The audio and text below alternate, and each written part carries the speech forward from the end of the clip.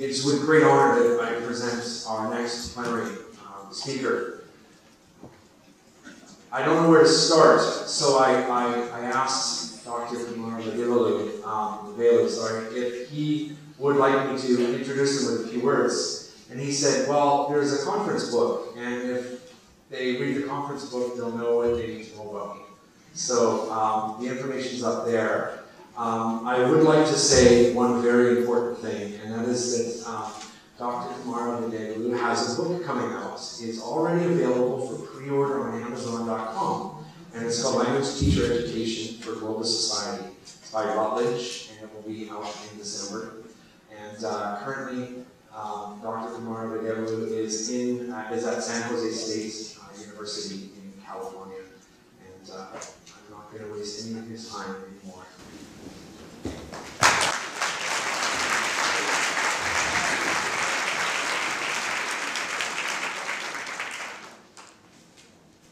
Thanks, Julian, for that short and sweet introduction. Good evening. Good evening. Thank you. I'm very pleased to be here to participate in this conference. And I thank the organizers for giving me this opportunity. South Korea has a vibrant English language teaching community. And that's primarily because of your professionalism and commitment. And I commend all of you for that.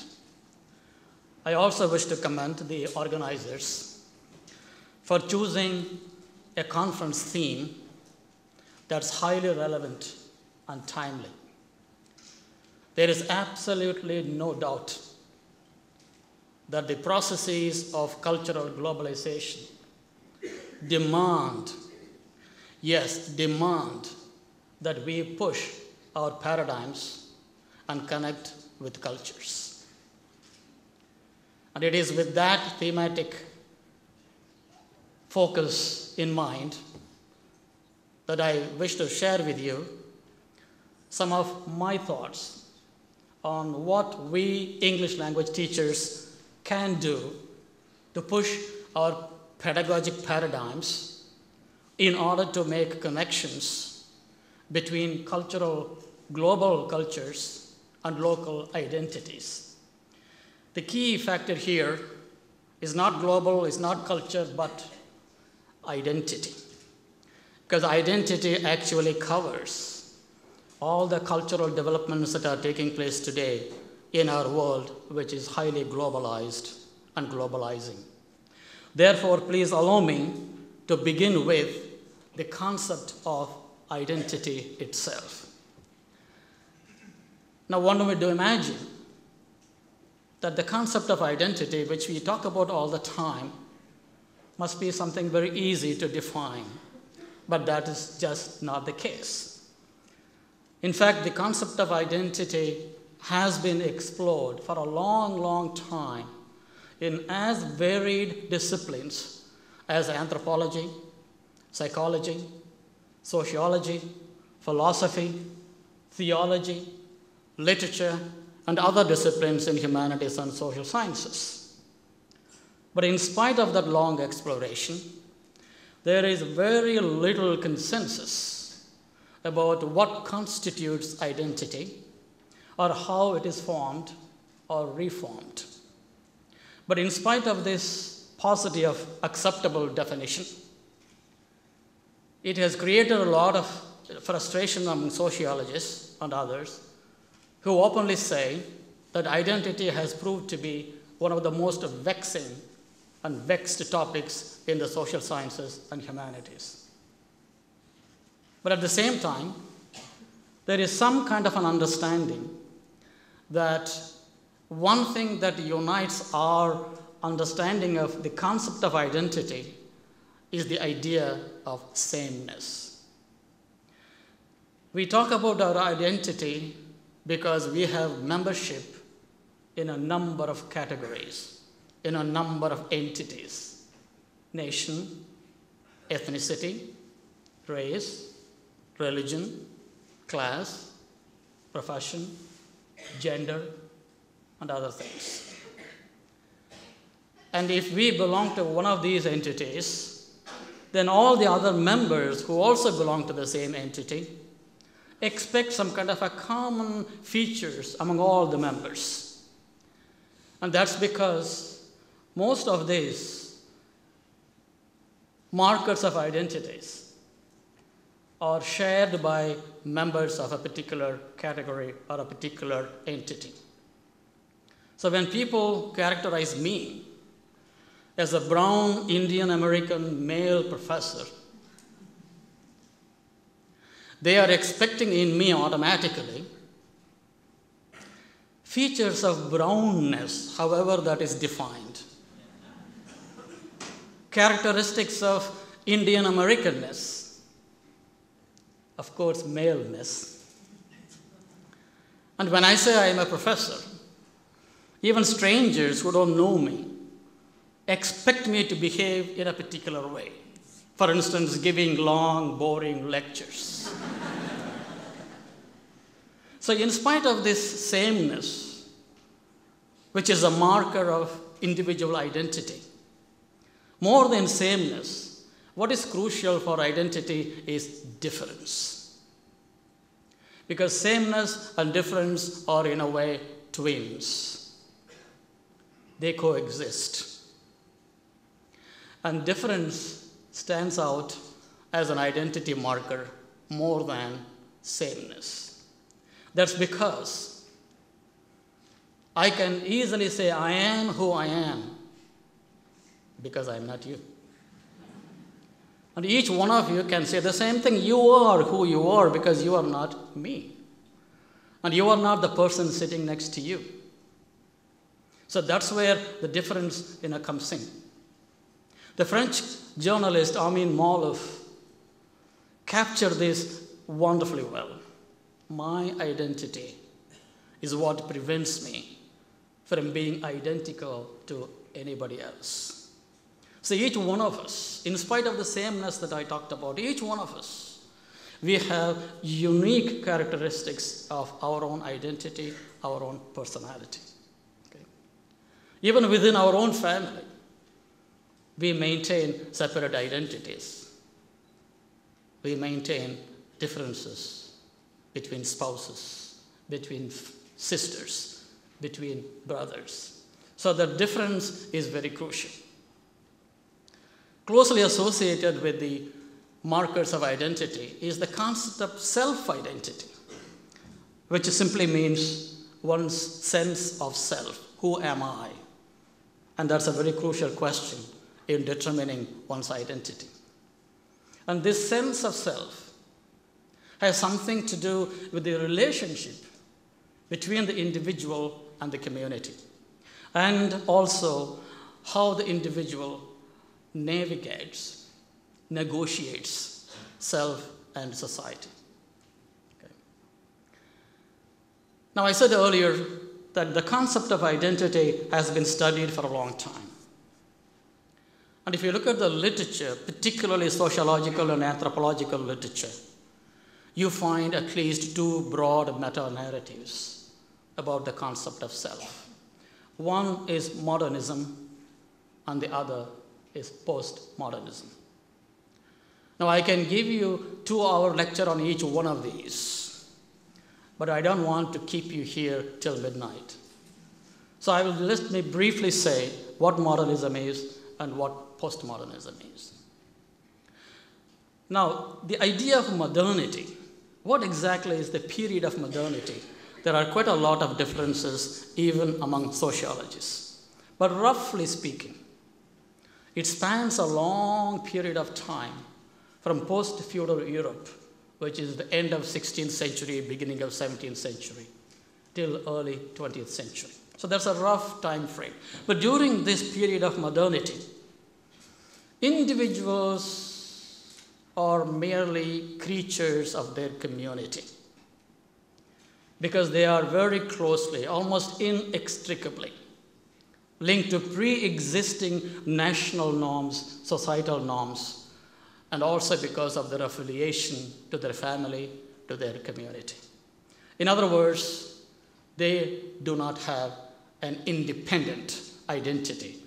They get their identity because they are part of this larger entity. Okay. And each of these identities is a totalized, essentialized concept with highly fixed boundaries, which the individuals will not be able to easily shatter. Okay. And that's partly because identity during the modern period is mostly imposed from outside, mostly imposed on the individual by the community, by the society. And definitely, it's not self-constructed. Okay. But postmodern identity is very different. If you consider modern identity as essentialist, postmodern identity is constructivist, meaning the individual constructs his or her own identity. Okay.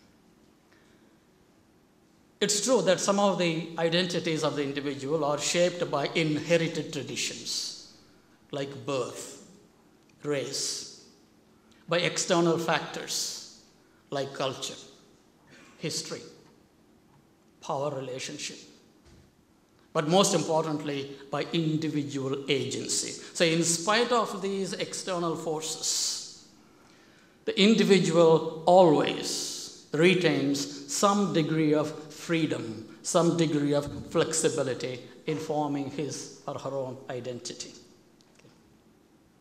But at the same time, identity formation for the individual is an ongoing business. It's a never-ending exercise, and it's always changing. And postmodern identity, therefore, is fragmented. It's in pieces. It's not unified. Postmodern self is not a unified self. It's multiple, not singular. It's expansive, not limited, bounded to any particular identity marker. And the key word to understand postmodern identity is fragmentation.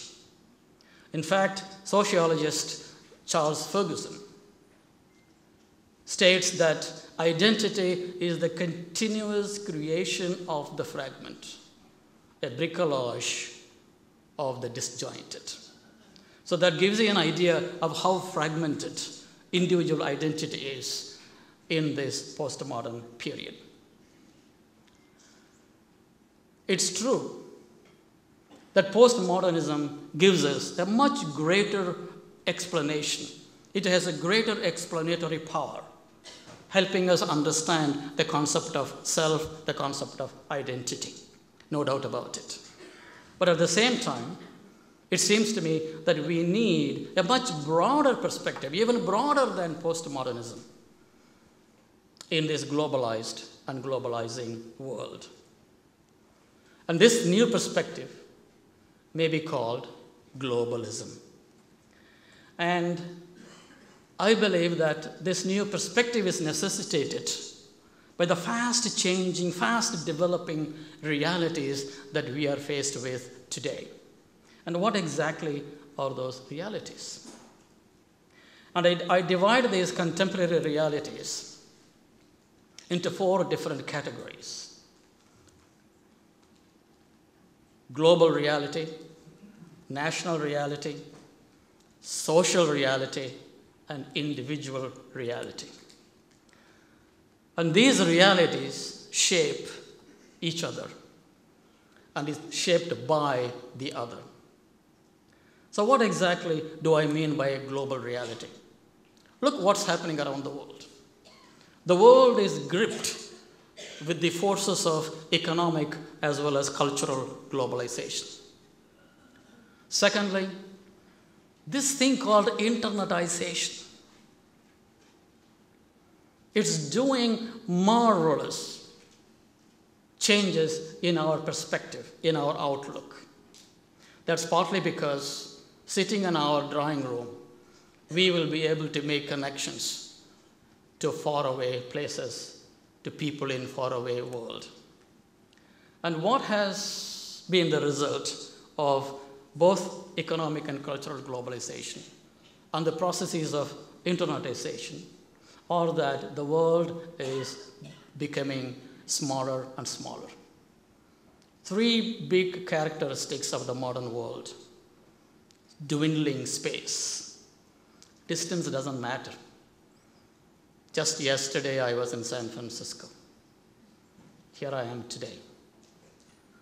All it took me was about 10 hours of flight. Shrinking time. Think about it. If you remember what happened about 6 months ago in the Tahrir Square in Cairo, we were all watching, sitting in our drawing room, in front of our huge computer screen. We watched the revolution taking place in front of our eyes, instantly, no time lag at all. And most importantly, national borders are disappearing. What does that mean? That means foreign cultures are no longer foreign, and local communities are no longer cultural islands. We all know about other cultures in all their shapes and sizes: the good, the bad, and yes, the ugly. Okay. So what is the national reality? Associated with the third feature I talked about, disappearing borders, the concept of nation state has considerably weakened. And nations are now not decision takers. They are not decision makers, but they are decision takers. By which I mean, look at the supranational institutions which are taking crucial decisions which affect nations as well as individuals. United Nations, International Court of Justice, World Trade Organization, etc. And partly because of that weakening of nation state, there are a number of nations where regional autonomy is being recognized more and more.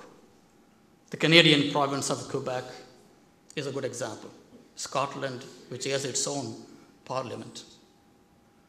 Of course, the best example is China, and I'm referring to Hong Kong. Remember, they are talking about one country, two systems. What else can explain the weakening of the concept of nation state? Okay. But still, there are historians who argue that nation states are not really dying, but they are only diversifying in terms of the concept of a nation state. Now, what about social reality? So within these autonomous communities within a nation, more and more marginalized ethnic communities, religious communities are becoming assertive. They are asserting their own identity. Okay. And each community within a nation is creating its own reality in terms of ethnic identity, religious identity, linguistic identity, etc. And each one of these communities, they are striving to preserve and protect their own local identities within this national boundary. Okay. And anytime they sense a threat, whether it is real or perceived, and their sense of threat leads to social unrest. In fact, in the last couple of years, we saw quite a lot of ethnic unrest. Not just in those so-called third world countries, but in France, in Australia, in England. Developed countries are not immune to these social realities. Now, because of all these things, the individual, you and me, are faced with an array of threats as well as opportunities. And as the British sociologist Anthony Giddens argues, for the very first time in human history, self and society are interrelated in a global milieu. So it is the global characteristic that's actually shaping, conditioning social reality as well as individual reality. And because of this, both the differences as well as sameness are getting accentuated, aggravated. But one thing that we must remember is, in spite of all those constraints and limitations, the individual still retains a significant degree of agency, freedom, flexibility. Okay. Now let's try to apply that to the Korean reality. If you look at the Korean historical reality, Korean historians quite often use the phrase syncretic tendency. They are saying that Korea has this syncretic tendency that enables it to maintain its cultural distinctiveness. It's not me saying, it's Korean historians saying that. And here is one example. At each phase of its historical development, Korea underwent fundamental transformations by adopting new ideologies. Today, Korean society can be characterized by its syncretic religious qualities and complex systems of thought. So if you go back to the history of Korea, from a religious point of view, shamanism, Buddhism, Confucianism, all those things shaped Korean identity. But at the same time, Korean Buddhism is different from Indian Buddhism. Korean Confucianism is very different from Chinese Confucianism. And that's what the historians mean when they say Korea has this capacity for syncretic tendency to adopt different values from different parts of the world and make it its own. Okay. But if you look at the contemporary reality, today's Korea, all you need to do is look at today's newspapers from Korea. Just 1 week of newspaper. That's precisely what I did. And what did I find? Korea is now adopting to another ideology, something that I called globalism. And how do you know that? In a number of ways. Look at some of these statistics. Until 2000, only 34 skilled foreign workers became naturalized citizens. Since then, close to 10,000. Clearly, there has been a change of mind, change of policy on the part of the government as well as the population. And application forms for driving tests and application forms for renewing your driving license are now available in 6 different languages. The last 3, Thai, Vietnamese, and Indonesian, were added very recently. Okay. And most importantly, this is what happened not in the government, not in the society, but in the military. New pledge of allegiance for officers and soldiers omits this word which stands for Korean race. And it has been replaced with a generic word meaning citizen. And of course, you are all familiar with K-pop bands, which perform both in English and a mix of English and Korean. And recently they have reached global Billboard Hot 100, and they are becoming more and more popular, not only in Southeast Asia, but in other parts of the world as well. All these, in some way, directly or indirectly, reflect the kind of contemporary reality that I talked about. I am sure at least some of you have seen this. And I'm not going to explain what it is or in what way that's relevant to what I'm talking about. This is your homework for tonight. Go to Google. The title gives you a clue. All the Korean centers abroad have been recently advised to make use of this recently designed icon, and it has a meaning. I leave it to you to find out the meaning. Okay.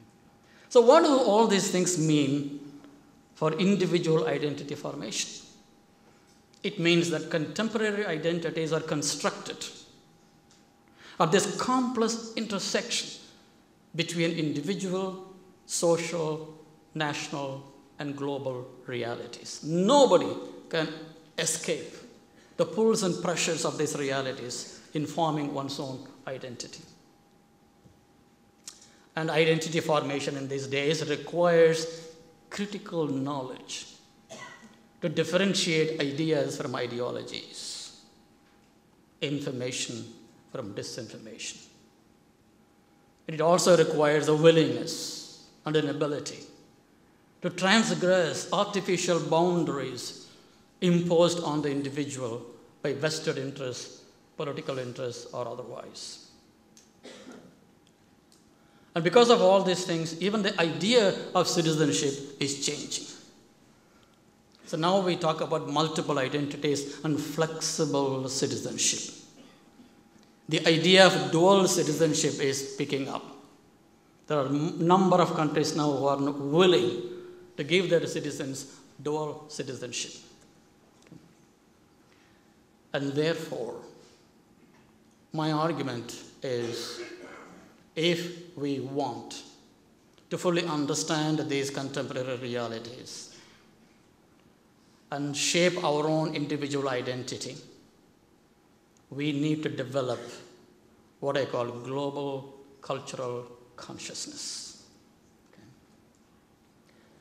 And this actually means developing critical self-reflection of self and the other.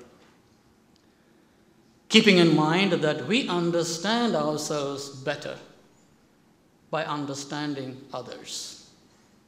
And we understand others better by understanding ourselves. And we will be able to do this only if we develop this global cultural consciousness, of which I will say a little more later. Now, some of you may be wondering, okay, Dr. Kumar, all this sounds fine, but what has this to do with language education? What has this to do with me? I am a poor language teacher. My job is to teach grammar. Remember today morning, focus on grammar or non-grammar, whatever you want to put it. You do have a role to play. I do have a role to play. Why? Because languages and cultures are closely connected. You just cannot teach a language, any language, first or second or whatever, without references to cultures. Keep that in mind. Culture is always in the plural, not in the singular. In fact, there is a wonderful book by French sociologist Michel de Certeau. And the title of the book is Culture in the Plural. Take a look at it. It's a fascinating book. And why is it important that you and I should be involved? Because language is the place. Chris Whedon puts it very clearly. Language is the place where actual and possible forms of social organization and their likely and political consequences are defined and contested. Yet it's also the place where our sense of ourselves, our subjectivity, or what I call our identity, is constructed. We do this construction by using language. Language is the medium, language is the instrument which helps us do that. But more importantly, we are all teachers of English. And as I wrote a few years ago, English in its role as a global language creates, reflects, and spreads the import as well as the imagery of the global flows. There is no way, therefore, that anybody can teach English without referring to the global flows that are characteristic of our contemporary world. So what it requires is, what it demands of us to do is to rethink the cultural competence, the very idea of cultural competence. This is where the conference theme comes in here, pushing paradigms. We are all operating under a set of paradigms right now. But my argument is that we need to change those paradigms. We need to push those paradigms to the edge and start questioning about whether what we are doing is the right thing or not. What is happening right now? A long-held view that developing L2 linguistic competence entails developing L2 cultural competence. What does that mean? It merely means that when we teach English as a second language or a foreign language, we need to teach our learners the cultural beliefs and practices of the members of the target language community. That has been the primary focus when we teach culture in our English language classroom, if at all we do it. And what exactly is this paradigm asking us to do? The desired destination is cultural assimilation. Behind all the politically correct statements, if you scratch them, you will see this idea of cultural assimilation. You not only understand the culture of the target language community, but try to assimilate their cultural beliefs and practices. And how do you do it? The preferred path is integrative motivation. Do you remember? For nearly 50 years, we have been talking about Gardner and Lambert integrative versus instrumental motivation. And we have been told, and we never questioned it until recently, we were told that integrative motivation is the best motivation to learn a second language. And what does integrative motivation mean? Cultural assimilation. And this kind of an existing paradigm, I believe, is too narrow for our globalized and globalizing world. We need to change. So, how do you want to push these paradigms?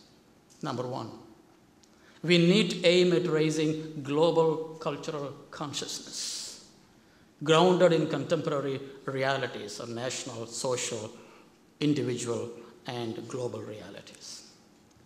And we need to recognize the importance of, the significance of cultural globalization and the multiplicity of cultural realities.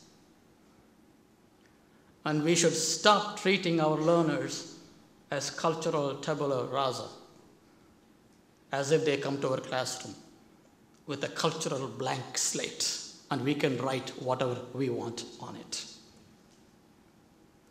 We need to remember that our learners bring to our classroom their own cultural awareness and their own cultural adaptability.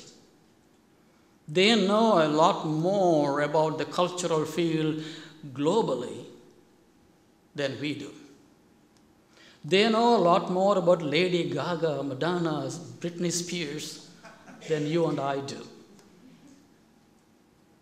What we have not been doing so far, with very few exceptions, is to make use of that learner resources, the knowledge, the cultural knowledge that the learners bring with them to help them understand culture from its global dimension. That's where the question of connecting with cultures come in. What do we need to do? Simple. Number one, design reflective tasks to help learners probe, understand, and analyze cultural connections between their local cultural identity and global cultural connections. Two, provide them with real or constructed critical incidents about cultural dilemmas and ask them to respond suitably. Require them to write journal articles representing their stream of consciousness response to their ongoing cultural encounters and cultural experiences. And encourage them to use social media. Facebook. Almost every student I know, young people, they are on Facebook. They know how to navigate the social media much more elegantly and efficiently than I do. So encourage them to use these social media to discuss their evolving cultural identities with their classmates, with their teachers. Encourage them to maintain this critical dialogue among their partners. So what I just said is actually based on the idea of rootedness and openness. In other words, our individual cultural growth in this globalized world must be informed by rootedness as well as openness. What does that mean? That we need to firmly believe in our own cultural heritage, rooted in our local identity, but at the same time, keep our minds open. And in order to do that, it is not enough if you learn about other cultures. What we need to do is to learn from other cultures. Learning about others will only lead to cultural literacy. And think about it. What kind of cultural literacy we promote in our classroom? Food, fashion, festivals. These are all superficial cultural artifacts. We need to go much deeper into those contemporary realities that I talked about, which shape and reshape cultural identities in our world. So it is only learning from others that lead to cultural liberty. So going back to the conference theme, we need to push this cultural literacy to its brink and bring an emphasis on cultural liberty. We need to liberate ourselves culturally. We need to help our learners liberate themselves. Okay. Now, if you are wondering where I got these ideas of rootedness and openness, it is from an individual who, by any definition, could easily be characterized as a global person, possessing global self. And I'm talking about Mahatma Gandhi. And here is what he had to say about cultural growth. I do not want my house to be walled in on all sides and my windows to be stuffed. I want the culture of all lands to be blown about my house as freely as possible. But I refuse to be blown off my feet by any. And that's precisely what we need to do, and that's precisely what we need to help our learners to do. Therefore, ladies and gentlemen, plant your feet firmly in your cultural heritage. But at the same time, keep the windows wide open. Thank you very much.